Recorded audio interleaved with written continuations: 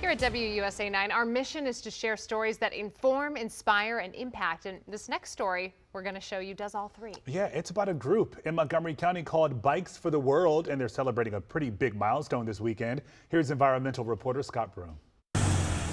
Back in 2005, this guy, Keith Oberg, got a great idea. He thought, well, I see all these junk bikes around. Why don't I collect them and send them to countries around the world where people need bikes? That was the founding idea of Bikes for the World here in Rockville. And now from this warehouse, this weekend, this organization is about to ship its 200,000th bicycle. This is the 200,000th bike. So on Saturday, we'll be putting this in the container for Costa Rica. Yvette Hess has been volunteering at Bikes for the World for 14 years. Look at the smile. Yeah, I got to ride with all of them, and they showed me their community, and they told me that they rode their bikes to school and for fun. And I mean, it's hard to find somebody that's not happy when you give them a bike.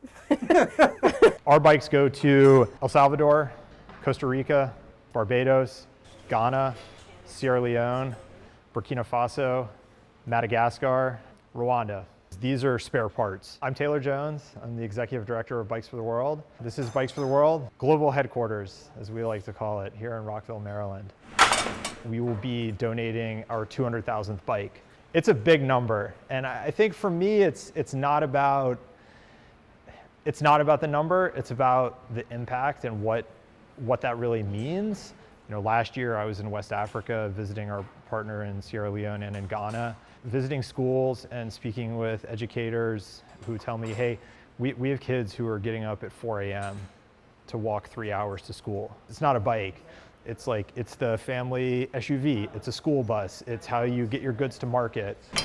It's recycled, carbon-free transportation for people to do better for themselves. The volunteers here are bike evangelists. Here in America, we think a bicycle's a toy. When you get overseas in a lot of places, it's the way you live. Each one of these is a liberation for somebody. I think it's awesome that you're donating bikes to people who can't afford it. This organization is really amazing. It gives them some opportunity to bike.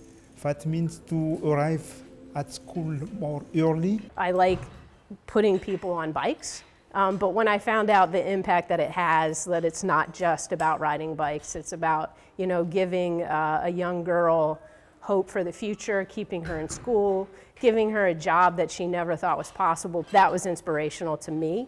So maybe this inspires you. Maybe you have a bike like this one you want to give away. Bikes for the World will take it every Thursday night here at the warehouse.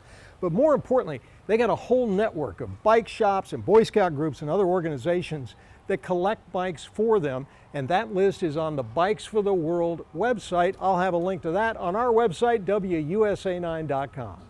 In Rockville, Scott Broom, WUSA 9.